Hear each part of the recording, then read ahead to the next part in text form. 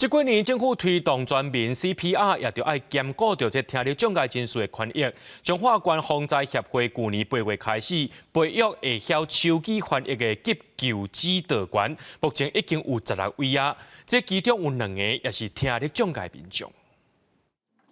老师教民众急救的步数，但是这节课真特别，边仔有手语老师咧翻译，互有听力障碍的民众同齐来学 AED 加 CPR。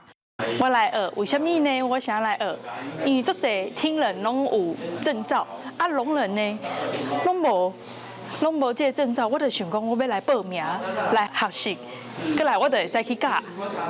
搁较侪聋人，会使自救，嘛会使去救别人，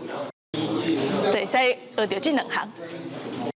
因为影片上看的拢无字幕嘛，无手语翻译啊，所以咧，伊现场来学习的时阵，佫有手语翻译员，会使互伊学到佫较正确的动作佮姿势。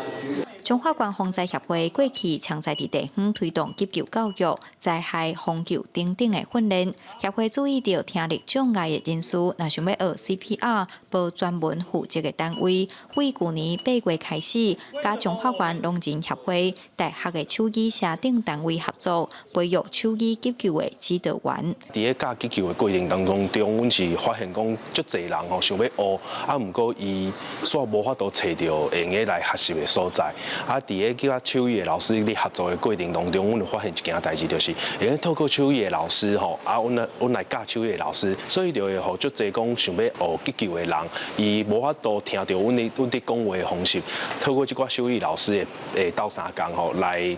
帮助因来就是做一个学习安尼。协会表示，伫台湾听障人士有急救证照的人真少。协会目前已经培训16位手语急救的指导员，其中有2位是听障的急救员。未来会继续推广手语急救，希望大家人拢有自救甲救人的能力，互急救的能量探到每一角死。记者杨淑晴综合报道。